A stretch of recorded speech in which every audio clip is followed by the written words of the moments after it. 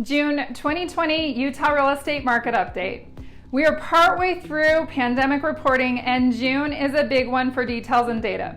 Stick with me as we walk through the Utah Real Estate Report for June. Hi everyone, and welcome to our channel. If you're new, you're in the right spot to learn about all things real estate in Utah. So while you're here, give us a thumbs up, click that subscribe button, and ring that little bell so you can get notified every time new content is posted. And if you're thinking of selling, we've got a link down below for a free seller's guide you can check out as well. Okay, so we should be hot in the middle of summer selling season, but with COVID popping in our lives, we're just hitting what we would consider spring season. But let me tell you, the market is hot, and we need inventory to slow the madness. Let's start with a couple of quotes. Ivy Zelman was quoted saying, "Housing will fare better than expected during this severe downturn." I'd say a big fat yes to that one. Mark Fleming said this, "We know that April really was the trough, I think, for the housing market. We do expect the rebound to be quite strong with the May numbers that will come out at the end of June." Again, yes, he is correct. Looking at the housing stats for May in Utah specifically, the median days on market was 17 days, which is down by 1 day from last year, which was 18 days. The median sold price is $335,000, which is up from $324,000 last year, so we're still seeing appreciation. This year, our home sales were down an astounding 22.7% from last May, with 3,872 homes sold. But here's the big thing that is a driving force in market stability right now.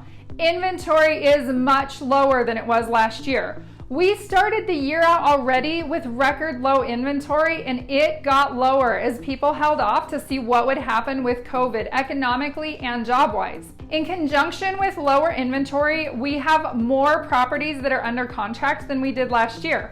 So this says that people are buying and need things to choose from. 7,557 homes are active this year compared to 9,020 last year. 8,321 are under contract this year compared to 7,710 last year. So, do you know what happens when you have more buyers than good and viable options to buy? Multiple offers. Sellers have the choosing right now. I've been seeing multiple offers on homes all the way up to $600,000, and that's not something I thought I'd ever say based on my 10 years in real estate sales. Here's two examples. I listed a home last week, and within 20 minutes, we had our first showing. In 48 hours, we had 25 showings and 6 offers. This home was in the high $300,000 range.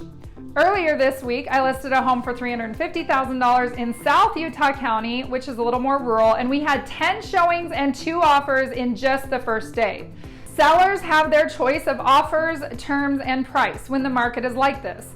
Buyers need to be stronger than ever when offering on a home by already being pre-approved, having fewer contingencies, and ready to put their best foot forward from the beginning. Another indicator that we look at is new construction. Diana Olick said, "New home sales rose slightly in April, defying expectations of a huge 22% drop." This is a big deal, y'all. This means that more people are building because they can't find what they want on the existing market. You can't even find a spec home with builders right now, which is also a first in my career. Spec homes have been my go-to for clients when they are on a timeline but can't find what they're looking for. Even that's not an option right now. And my clients who have been thinking of building are jumping on it because new construction pricing continues to increase as well. A lot of these things are due to Utah's strong and dynamic economy. We have leaders in our state who have tried to maintain a balance of keeping the economy open while being innovative to keep people safe during employment. 87% of people nationwide are employed. Of the 13.3% of people who are not, 83% of their jobs are said to be temporary, according to the U.S. Bureau of Labor Statistics. The Federal Reserve's Bank May report reflects that 75% of job losses are temporary layoffs and furloughs, according to employers. They also note that, quote, There are news reports of large-scale hiring at firms like Amazon, Walmart, CVS Healthcare, Domino's Pizza, and other companies that saw increased demand in reaction to the pandemic and partial shutdown. This is true. We're seeing a shift in industries and how people are adapting to provide services to customers and clients to be able to keep their doors open and businesses moving forward. This is a time that will be noted in history and used to study people's habits, needs, and conveniences for many years going forward. My takeaways? We need inventory. I have a concern that pricing in Utah is headed in a direction quickly that will be harder and harder for people to attain the American dream of homeownership. We have a buyer demand, and I don't see that going away anytime soon. It will be harder to meet that demand, however, and prices will continue to increase rapidly if we don't balance it a little better soon. This has been your June 2020 Utah real estate market update.